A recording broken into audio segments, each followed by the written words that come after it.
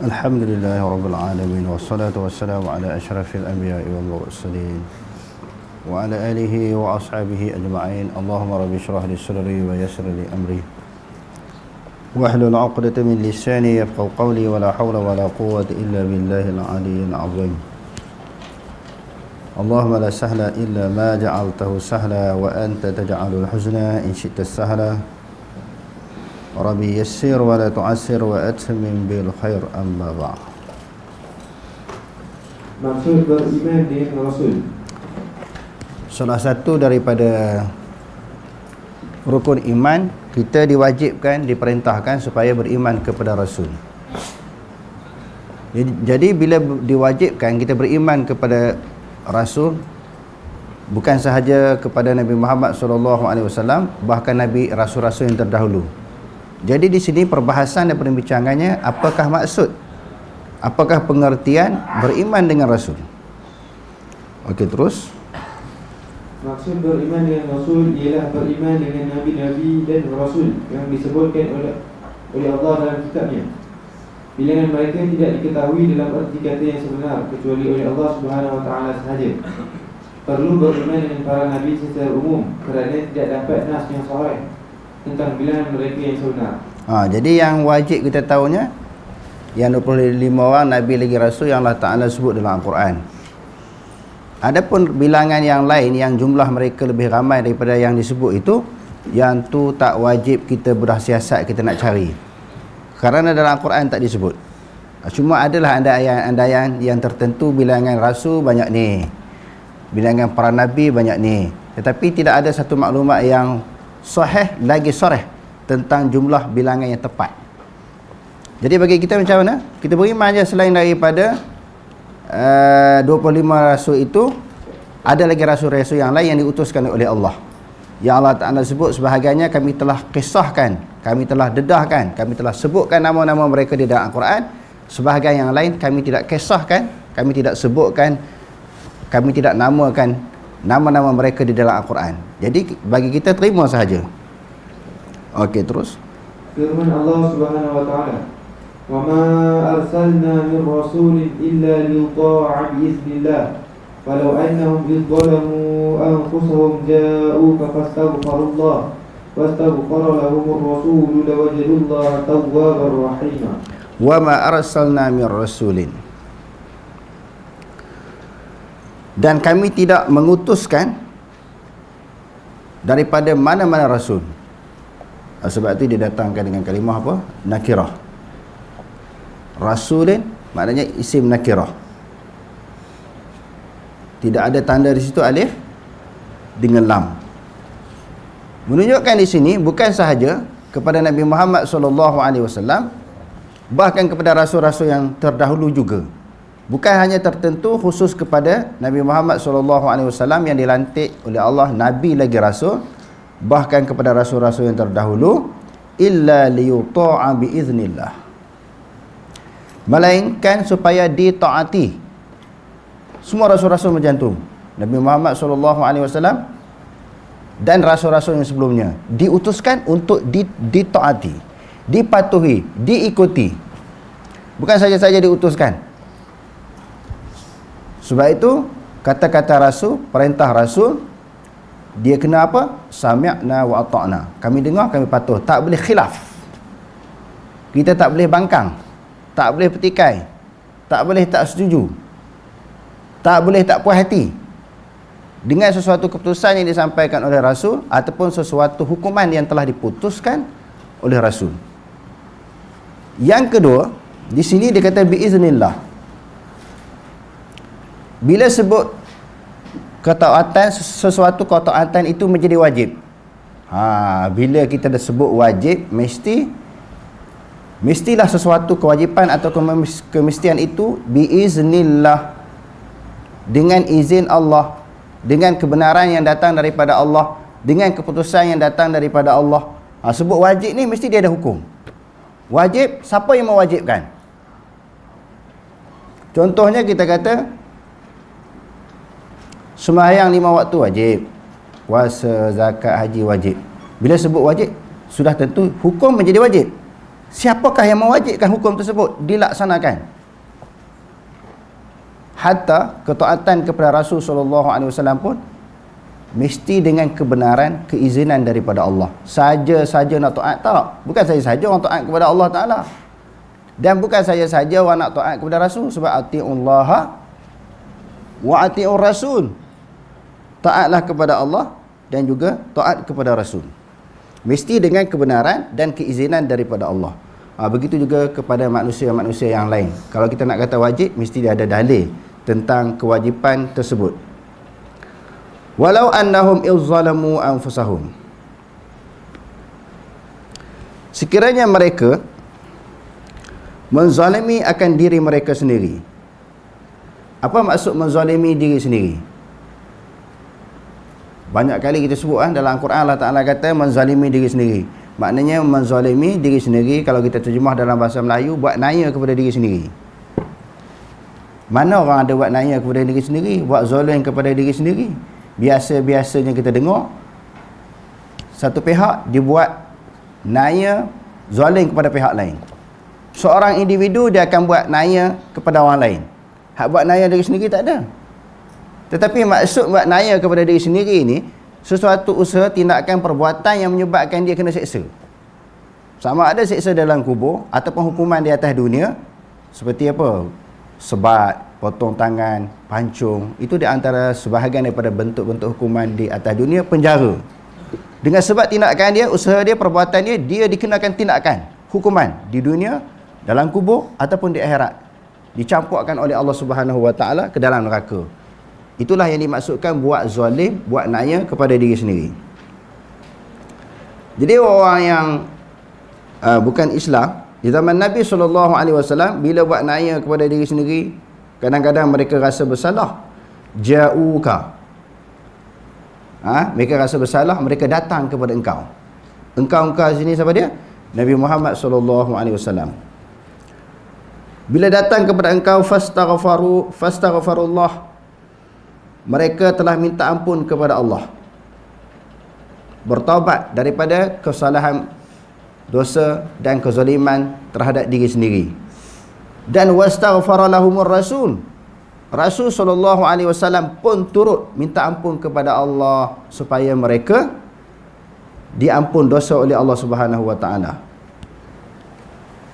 Jadi Nabi SAW sendiri, dia tak boleh mengampunkan orang melainkan dengan izin Allah. Tidak boleh menghapuskan sebarang dosa melainkan dengan izin Allah. Patutnya datang kepada Nabi, Nabi ampun dosa mereka. Nabi tak ampun. Nabi sendiri, dia kena minta doa kepada Allah.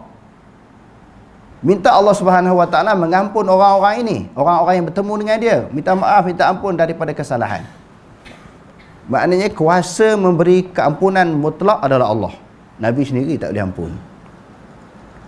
Kerana ada agama, ketua-ketua agama mereka, padri boleh mengampunkan dosa-dosa, kesalahan yang dilakukan oleh penganut-penganut mereka. Kita sampai Nabi pun tak boleh memberi keampunan. Dalam pelajaran kita yang lalu kita dah sebut, bukan saja mengampun, membatalkan hukum bila seseorang itu bersalah. Pertamanya, Nabi tak boleh nak ampun. Yang ampun hanya milik mutlak Allah. Nabi hanya boleh berdoa kepada Allah supaya sesiapa daripada kalangan manusia diampun dosa oleh Allah. Yang keduanya, apabila hukum itu melibatkan hukum Allah, Nabi tak boleh batal hukum. Dipanggil apa? Nabi lembaga pengampunan. Nabi tak buat di dalam dia. Hatta dia sebagai individu yang merupakan kekasih Allah, dia pun tak boleh mengampun, membatalkan kesalahan. Sebab itu yang kita ada cerita hari itu, ada seorang perempuan bangsawan mencuri di zaman Rasulullah. Setelah undang-undang hudud itu dilaksanakan di Madinah, satu rombongan bertemu dengan Nabi supaya Nabi SAW memberi kemaafan, menggugurkan hukuman potong tangan kepada seorang bangsawan, perempuan bangsawan yang mencuri.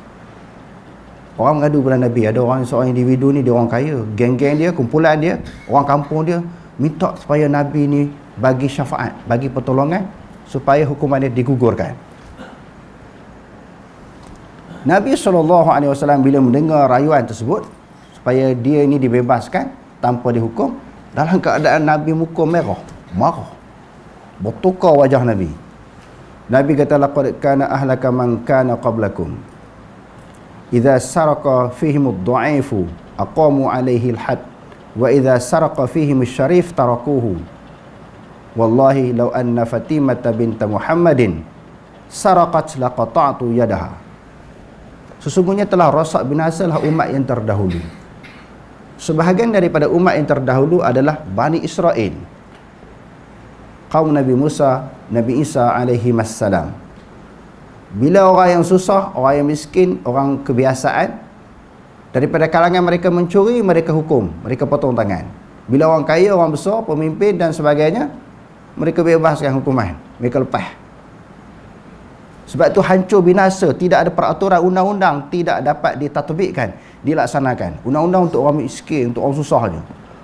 Pembesar-pembesar negara melakukan kesalahan, dibebaskan. Negara rosak, hancur, undang-undang tidak dilaksanakan, dikenakan kepada golongan yang tertentu sahaja, bukan untuk semua manusia. Nabi kata, kalau anakku Fatimah binti Muhammad ini mencuri, tak payah orang lain potong tangan, aku sendiri yang akan potong tangan. Oi, anak pemimpin, anak khalifah, anak Perdana Menteri, anak Presiden, tak ada keistimewaan, sama saja. Sebagaimana orang lain perlu tunduk, akur, patuh kepada undang-undang negara, anak Nabi sendiri, kalau sekarang ni, anak siapa-siapa pemimpin negara pun, sama hukuman dia. Tak ada beza. Melibatkan apa masalah hukuman yang melibatkan potong tangan ke, sebak ke, pancung ke, tak ada perbezaan. Sebab itu kita tengok dalam dunia sekarang ni, dunia tidak ada keadilan. Sebab itu perlunya ada alam akhirat, hari kiamat. Sebab ada mahkamah lain selain daripada mahkamah dunia, ada mahkamah di akhirat pula yang akan menghukum keputusan yang dilakukan oleh manusia. Perselisihan, perbalahan, keputusan mahkamah di atas dunia yang telah diputuskan, orang ni betul, orang ni salah, orang ni dipenjarakan, orang ni dibebaskan, kena hisap semula, kena hukum semula, dibicara semula. Kalau keputusan itu tidak menepati hukum syarak, di akhirat besok kena teruk. Sebab itu orang yang beriman, dia lebih redha, lebih rela, lebih setuju untuk dia dikenakan hukuman yang betul berdasarkan undang-undang Islam di atas dunia, sebelum dikenakan undang-undang di akhirat yang lebih berat. Jadi mereka ini bila dah rasa bersalah, melakukan kesalahan, pergi jumpa Nabi supaya Nabi SAW meminta ampun kepada Allah terhadap dosa mereka. Dalam ayat ini Allah Ta'ala kata, la wajadullaha tawwabar rahima. Nescaya mereka mendapati akan Allah. Bila mereka buat dosa, buat salah, minta ampun kepada Allah dan minta supaya Nabi pun berdoa kepada Allah Ta'ala supaya mereka diberi keampunan. La wajadullaha tawwabar rahima. Nescaya mereka mendapati Allah Ta'ala maha menerima taubat lagi maha penyayang. Yang ni selalu kita sebut. Kalau bab sembahyang, Allah Ta'ala kaitkan dengan zakat. Aqimus solah wa atuz zakah. Sembahyang hubungan dengan Allah, zakat hubungan sesama manusia, untuk bersilaturahim, berhubung, mengeratkan kasih sayang sesama manusia. Diperintahkan kita bayar zakat. Kalau kita jumpa ayat taubat dalam Quran, selepas taubat, bila Allah Ta'ala menerima taubat, selepas tu Allah Ta'ala sebut dia penyayang. Apa maksud? Allah Ta'ala ni tak ada sifat dendam. Bila orang minta ampun, minta maaf, habis. Dia sayang pula pada orang tu. Orang yang melakukan kesalahan, melakukan dosa, setelah dia maaf, dia sayang pula. Manusia boleh macam tu. Sekadar paling tinggi hanya memberi kemaafan orang yang buat salah. Nak kata sayang, taubat Nak kata sayang kepada orang minta maaf tu, taubat lahum Biasanya manusia tidak begitu. Tapi Allah, setelah dia mengampun dosa seseorang, dia sayang pula, kesian pula, dan dia bagi rahmat pula kepada orang yang bertaubat. Jadi di bawah ayat itu, kalau kita tengok, ini ayat yang ke berapa? 64.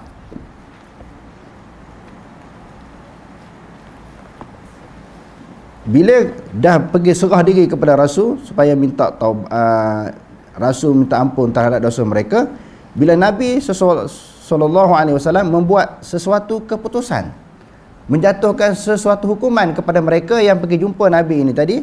Allah Ta'ala kata, fala wa rabbika la yu'minuna hatta yuhakkimuka fima syajara bainahum summa la yajidu fi anfusihim harajan mimma qadaita wa yusallimu taslima.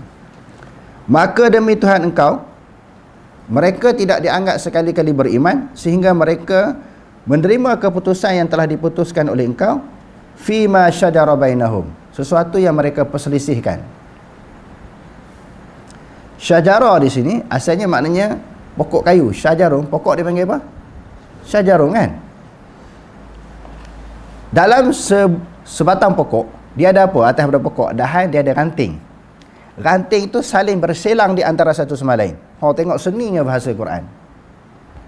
Ranting-ranting yang berada di atas pokok kayu ini, dia saling berselang di antara satu sama lain. Di sini suatu simbolik gambaran manusia yang berselisih. Fima syajara bainahum, sesuatu yang mereka perselisihkan, yang berbalah, berkelahi. Manusia kan suka bergaduh. Gaduh dalam Facebook, dalam grup WhatsApp, dalam TikTok kan. Macam-macam isu bergaduh. Jadi bila bergaduh ni, kalau zaman Nabi, orang rujuk kepada Nabi. Bila Nabi buat keputusan, summa la yajidu fi anfusihim haraja, kemudian tidak mendapati dalam diri mereka perasaan sempit dada, sempit hati. Terima keputusan Nabi ni, mulut terima, hati tu jadi berat. Kalau orang tak setuju, di hati dia jadi ketat, jadi berat. Dia nak terima mulut keputusan Nabi, hati jadi lapang, baru betul-betul beriman. Kalau tidak, Allah Ta'ala kata, fala wa rabbika la yu'minuna, mereka sekali-kali tidak dianggap beriman sehingga mulut dia terima, hati pun terima keputusan yang disampaikan, yang diputuskan oleh Nabi. Kesempitan mimma qadaita, sesuatu yang engkau telah putuskan, wa yusallimu taslima, dan mereka menerima dengan penerimaannya sepenuhnya. Maknanya terima dengan lapang hati, lapang dada keputusan yang disampaikan oleh Rasul. Okey, terus. Firman Allah Subhanahu wa taala, "Wa laqad arsalna rusulan min qablika minhum man qasasna 'alayka wa minhum man lam naqsus 'alayka. Wa ma kana li rasulin an ya'tiya bi ayatin illa bi idznillah. Fa idza jaa'a amrullahi qudiya bil haqq. Sesungguhnya telah mengutus oleh kami akan Rasul, seseorang Rasul ataupun mana-mana Rasul, sebagaimana yang kita sebutkan tadi, sebelum daripada engkau wahai Muhammad. Minhum, ini yang kita sebut tadi tuan-tuan. Cuba tengok, perhati ayat ni. Minhum man qasasna alaika, sebahagian daripada rasul-rasul yang diutuskan oleh Allah Subhanahu wa taala, yang kami kisahkan, yang kami sebut sejarah mereka kepada engkau wahai Muhammad. Maknanya sebut dalam Quran. Di antaranya apa? Hak 25 orang tu. Hak tu memang Allah Taala sebut dalam Quran. Adam, Idris, Nuh, Hud, Saleh sampai habis tu memang dalam Quran. 25 nabi lagi rasul tu semua nama-nama mereka semua dalam Quran. Wa minhum man lam naqsushum alaik, sebahagian daripada kalangan rasul-rasul tu yang kami tak cerita dalam Quran. Jadi hadirin sekalian, bukan sahaja kita tak tahu, Nabi SAW sendiri pun tak tahu siapa nama-nama mereka. Nabi tak tahu. Sebab benda tu, maklumat tentang diutuskan para rasul sebelum Nabi, hanya Allah mengetahui, hanya Allah saja yang tahu. Jadi Nabi pun tak tahu bilangan mereka banyak mana. Jadi kita janganlah buat satu andaian jumlah mereka begian-begian, nama mereka begian-begian, si fulan bin si fulan, dah memang tak sebut dalam Quran. Dan Nabi pun tak sebut, kecuali nama-nama Nabi yang terdahulu yang disebut oleh Nabi SAW di dalam hadis-hadis yang sahih. Bukan kata ada hadis saja, mesti daripada hadis-hadis yang sahih.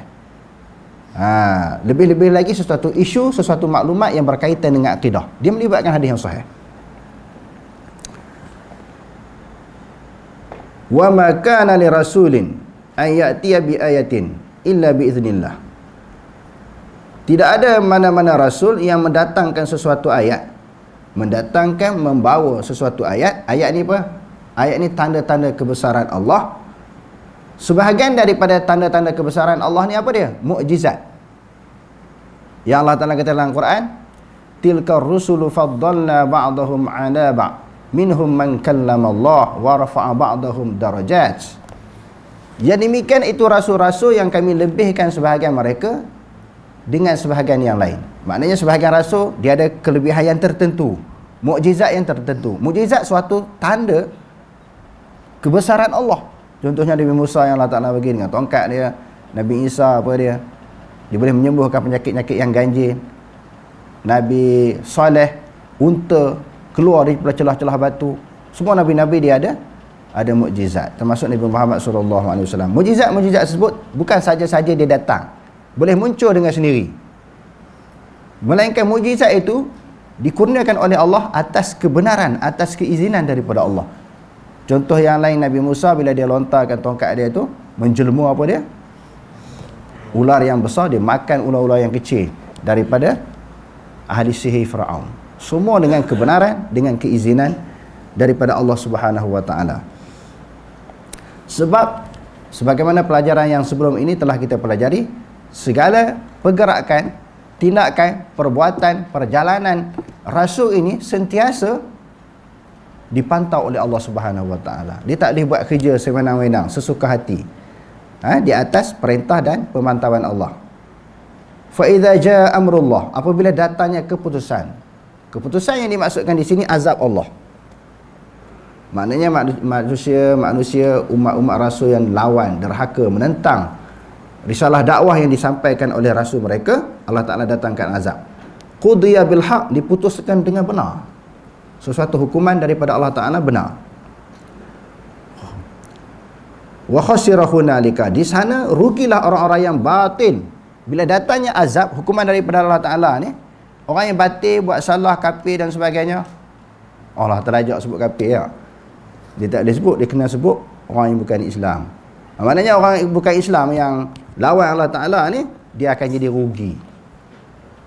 Dia akan jadi rugi. Saya tak tahu terjemahan saya tengok dalam Quran ni di Malaysia ni semua sebut kafir. Qul ya ayyuhal kafirun innal ladzina kafaru, semua sebut kafir, tak reti nak terjemah selain daripada maksud kafir. Tapi tak boleh sebut, kita sebut orang yang bukan Islam. Jadi dia kata orang-orang yang batil seperti orang-orang yang bukan Islam ni, maka mereka akan rasa rugi. Rasa bila sebut perkataan kafir ni jadi hina. Jadi di akhirat besok rugi. Bila dah takut jadi hina, masuk Islam lah. Apa masalah? Bila takut jadi hina, kita masuk Islam lah. Dia tak hina lah. Islam dengan mana selamat. Jadi pilih mana? Sebab dia gay, kerah. Nak berkekalan di dalam keadaan batil, dalam keadaan yang salah. Takut orang berasa hati. Sebut. Sekarang ni kita nak ikut Quran kan, nak ikut hati orang. Nak jaga hati orang kan, nak jaga hukum Allah. Dalam ni ada berapa ramai orang. Semua orang ada perasaan masing-masing, ada hati masing-masing. Kalau kita nak jaga hati orang ni, sampai kiamat tak selesai. Tak boleh nak jaga hati orang ni. Allah mengajar kita, ittabi'u ma unzila ilaikum mir rabbikum. Ikutlah sesuatu yang diturunkan kepada kamu daripada Tuhanmu. Ikut Quran, bukan nak kira ikut hati orang. Ikut hati orang. Dan juga Allah Ta'ala sebut dalam ayat-ayat yang telah kita baca sebelum ini, mengikut hawa nafsu. Hawa nafsu manusia ni macam-macam, hati manusia pun macam-macam, perasaan manusia macam-macam. Dia suruh ikut apa? Hukum Allah.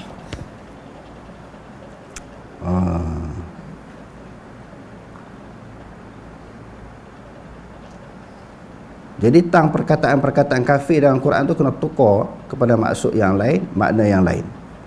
Okey, terus.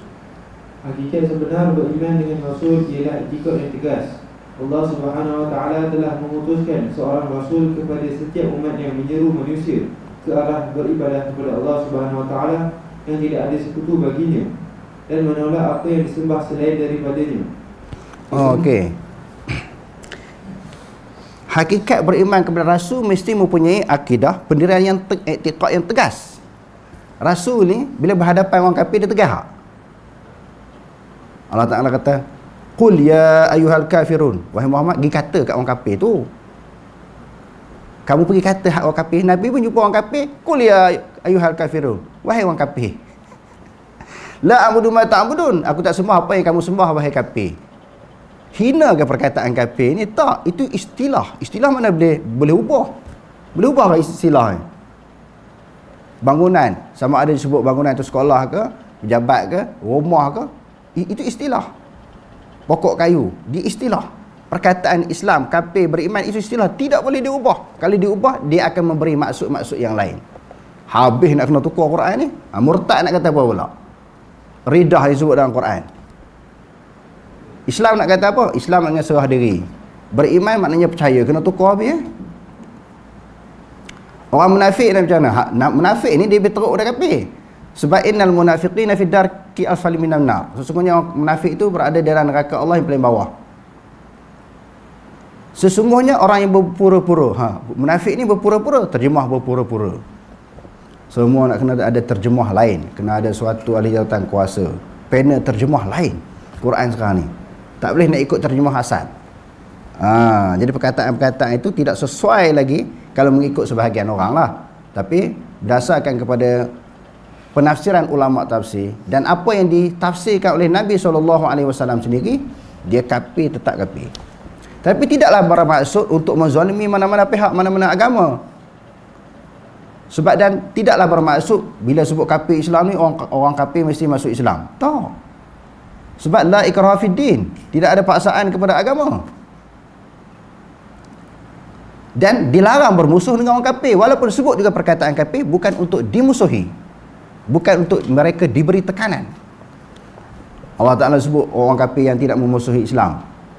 La yanhakumullahu 'anil ladzina lam yuqatilukum fid din wa lam yukhrijukum min diyarikum an tabarruhum wa tuqsitu ilaihim. Surah Mumtahanah. Allah Ta'ala tidak melarang kamu buat baik. Tengok Islam, baik kepada orang yang kafir, yang tidak memerangi kamu dalam agama kamu, tidak mengusir kamu daripada kampung halaman kamu. Dia tak kacau kita semayang, kita duduk mengaji, dia tak ganggu. Dia suruh buat baik. Berdosa pula kalau tengok orang kafir susah, kita tak beri pertolongan. Berdosa salah. Bukan satu penghinaan. Bahkan dalam Quran, dalam surah Al-An'am, larang pula kita cerca tokong-tokong yang disembah oleh orang kafir. Hebatnya, mulianya, penyayangnya agama Islam ni. Cuma tak istilah kafir dan tak kafir. Dia tak boleh nak ubah. Adapun menghormati, memang orang Islam diperintahkan supaya menghormati agama-agama lain. Itu pendirian dia. Itu keputusan yang dia buat. Aku tak nak ikut Islam. Itu terpulang. Di akhirat besok masing-masing nak terima habuan. Di akhirat besok masing-masing terima habuan. Di atas dunia kita kena layan. Nabi SAW bila sampai ke Madinah, diberi kekuasaan, ditakdirkan oleh Allah Ta'ala menjadi khalifah. Nabi cuba nak beri tekanan kepada orang kafir di Madinah ni, sesuatu hasil masuk negara tak nak disalurkan, tidak mahu diberi sumbangan kepada orang kafir, supaya mereka rasa tertekan. Bila rasa tertekan, atas alasan itu mereka akan masuk Islam. Itu andaian Nabi. Tak boleh buat baik dengan orang kafir ni, supaya rasa tertekan. Yang duk layan baiknya, Nabi layan baiknya kepada orang Islam sahaja. Sebab orang Islam memang dia orang yang patuh kepada Allah dan Rasul. Itulah hasrat Nabi, niat Nabi nak bagi orang kafir rasa tertekan. Akhirnya dengan tekanan tersebut dia masuk Islam. Nabi tak bagi apa-apa peruntukan kepada orang yang bukan Islam. Peringkat permulaan.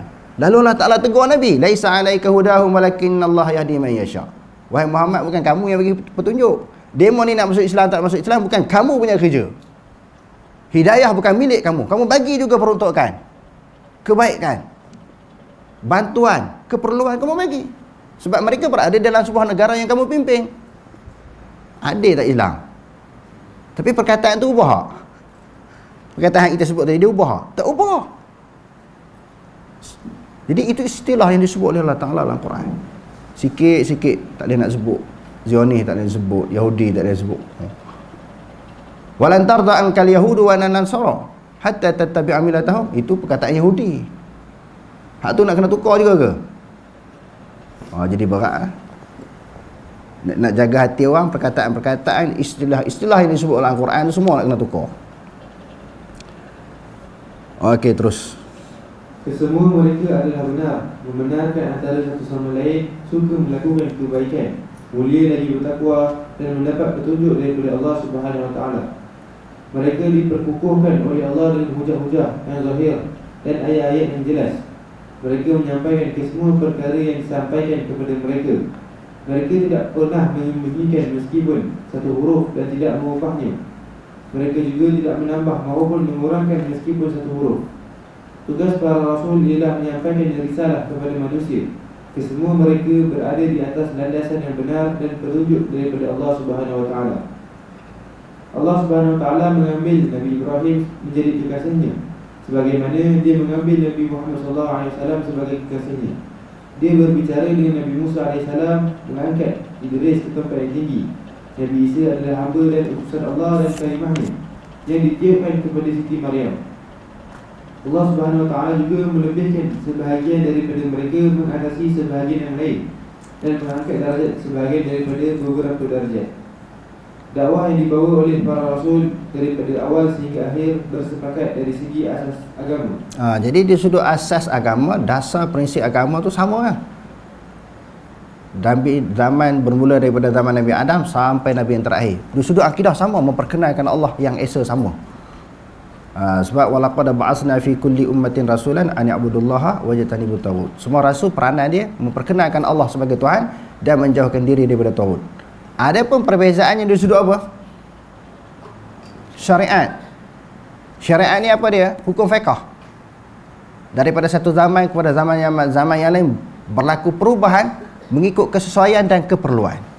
Yang tu berubah. Di sudut akidah, asas, dasar tak berubah. Okey, terus. Iaitu mentauhidkan Allah Subhanahu Wa Taala dari segi ilahiyah, rububiyah, nama-nama dan juga sifat-sifatnya. Sebaliknya dari segi cabang syariat seperti perkara fardu, halal dan haram, ia berbeza antara seorang rasul dengan seorang rasul yang lain. Kepentingan beriman dengan rasul. Tadi kita telah mempelajari dan membahaskan maksud beriman kepada rasul. Jadi setelah kita faham apakah kepentingan beriman kepada rasul.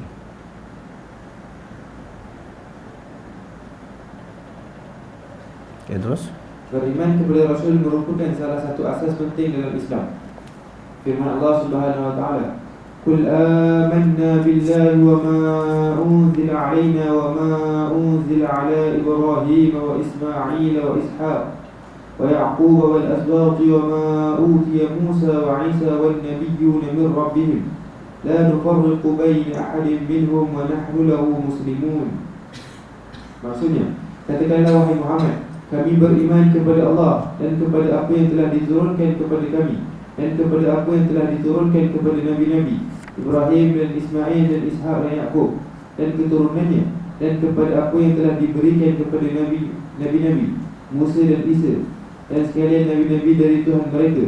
Kami tidak membeza-bezakan seseorang pun di antara mereka dan kepada Allah juga lah kami berserah diri. Apa maksud berserah diri? Islam ni berserah diri. Apa maksud berserah diri? Aslama yuslimu islaman, muslimun muslimani muslimunya. Berserah diri maknanya kita telah menjadi tawanan Allah. Kita dah surrender dengan Allah Ta'ala.